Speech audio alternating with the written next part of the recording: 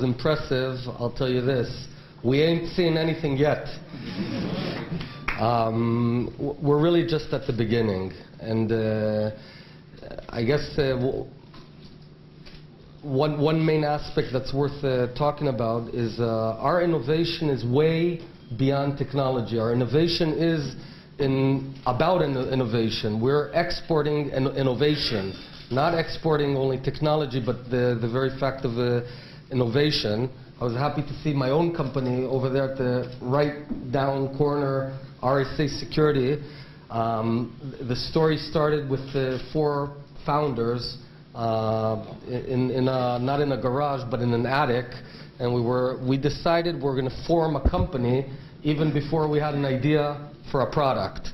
And we spent a few days thinking of ideas, and ultimately we chose one, pursued it, and failed utterly for about 4 years. Made pretty much every mistake in the book, but today the company is very big. It's got here in Israel 400 employees. The company was called Sayota, and now it's RSA, part of EMC.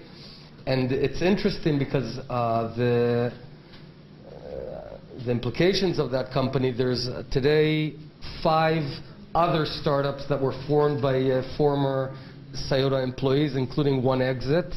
So it's sort of this amoeba that's growing and growing on and on. I think it's the combination of chutzpah, a lot of brains, and not much choice that make Israel so successful. And the same chutzpah that we had, and for the sake of the foreigners, chutzpah is it's a unique Israeli word, but it's sort of nerve. And so the nerve that we had to come to the biggest banks in the world, where none of us had any financial background, and say, yeah, we're going to solve all your security problems, and then actually do it, that's very common in Israel, this chutzpah. We're at the beginning of a new era, I think. This government it's a startup government, and I think it's once in a lifetime. You guys probably know the brief history, but what? So I see here a few VCs. I'll tell you a secret. They didn't invest in my company. But I'm not going to hold it against you, Yahal. Actually, if I were back then, I wouldn't invest in my company either. So I think what started as a tactical combination between Yair Lapid and myself out of political circumstances is turning, I think, into a unique opportunity in Israel to get stuff done that everyone knows they need to get done, but there was no political will or ability to do it. So it's sort of the stars of the line, and now it's time to do it, and do it quickly. And it's sort of like a few springs that are waiting to uncoil. The first of them, we're going to see a major influx of high-quality talent enter the Israeli market. I'm referring to 2 populations who have been untapped to date. The first is the Haredim. It's also the biggest one that we're going to look into. We had an anomaly for many, many years where these folks are highly capable, very intelligent. I just spoke to the Korean ambassador. He told me that in Korea, kids are learning Gemara, Talmud. Okay, so we've got a few that are learning that also in Israel, and it does. It's very good for the brains beyond the value aspect. We're going to see a major influx of them because during the next 10 months or so, we're going to enter the first phase of our plan. The first phase will actually relieve them of the forced, or they won't have to enter the army if they want to go to work. The thesis is that many of them will get into the work force, and these guys are smart. And it's my job and our job to help train them, and we're going to get them at relatively younger ages than before, and get them into the market. Since I'm government, and government doesn't know how to operate very well, what we're going to do, and we're starting this actually right now, this week, we're going to use a voucher system where anyone who is eligible, and it'll be pretty much everyone, will get a voucher and be able to go and study at one of hundreds of schools where they can learn a vocation, something that's practical. And I'm not talking about law. Don't get me on that. So, yeah, lawyers. So we're going to see a major influx. We're also looking at heavily focusing on Israeli Arab women, who also are relatively untapped. Only 29% of them currently are in the workforce. This is all good news for you, the multinationals, because I remember my biggest problem, my single biggest problem running a company in Israel was we ran out of talent. Talent. It's all about talent. And so if you think that there's a few banks of talent in Israel, so pretty much the general population has been exhausted. We're using all the talent.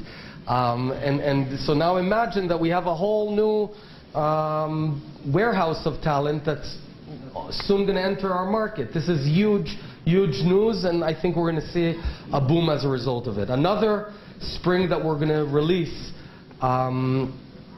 is creating competitiveness in the Israeli market. We're going to reduce all the various barriers. Today there's artificial barriers for entry of foreign companies, less so in high-tech, but generally importing goods and materials, etc. We're going to do everything possible to reduce the barriers and thus reducing the cost of living in Israel. These are two major elements that Lapid and I are working on, and we expect a very long-term effect. The third is breaking the concentration groups, the trusts that we have in Israel. It's a peculiar phenomenon. It existed in America about 100 years ago, but it was dealt with by a very impressive president, Teddy Roosevelt. We have a situation where in some cases one family might hold many areas of operation and have too much concentration, thus increasing the cost for everyone. We're going to have to fix this, and in many areas, and we will. Also in terms of unions, I'm not against unions. I certainly support organized labor, but I don't support monopolies of labor that can hurt the entire country. So these are the three areas that when we deal with it, we're going to see, I think, a huge effect, which is good news for everyone.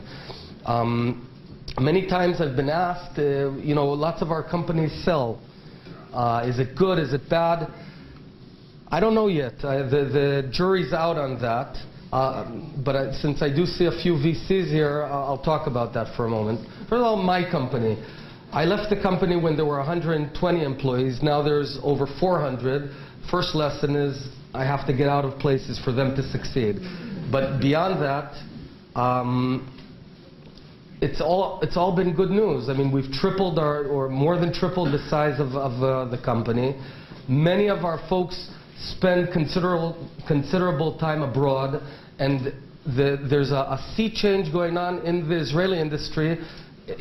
Everyone knows that we're innovators in technology.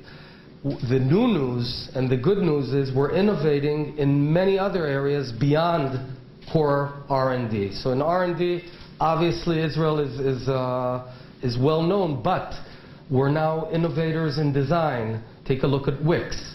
Take a look at Waze. Okay? All the companies there were innovators in business models. conduit, for example.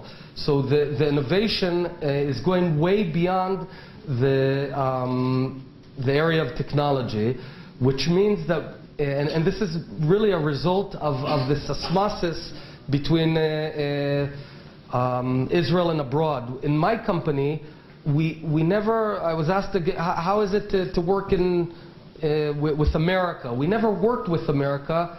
We were just one company. It was almost a natural development. So you're always flying back and forth. You might live in New York and fly to Israel. You might live in Israel and fly to London. It's all really one world for us. It means there's a whole generation that didn't exist 20 years ago of folks who know how to design, how to market, how to sell. We're much more market-oriented than we were back then, and I urge you guys, the multinationals, to tap on this talent. You'll find that when we use the same innovation that we have and shrewdness in business, we get very good results. So go way beyond just the R&D. Finally, I just want to say thank you. The 260 multinational companies in Israel, which makes it the biggest or the biggest amount of multinationals in any place in the world per the size of the nation, you've changed Israel. You've changed Israel for the better, and we appreciate it. We know that your initial decision to come in, you know, for people here Israel from remote, but when they come and live here and work here, you've made a huge difference, and so I thank you for that. My office, you know, I'm only in the learning phase right now, but we're going to do a great deal. I know of all the amazing work that the chief scientist has done over the past few years, but this is certainly going to be a big focus of helping you and your businesses and working together. Finally, I want to thank Karin. You've done something that's impossible in Israel. You've actually merged different organizations to one. That's unheard of. Maybe the inspiration of Lapid and me helped. So anyway, we're here. We're at your service. I thank you very much. And just enjoy Israel and enjoy the talent Israel. Take it way beyond just the technology R&D. Thank you very much.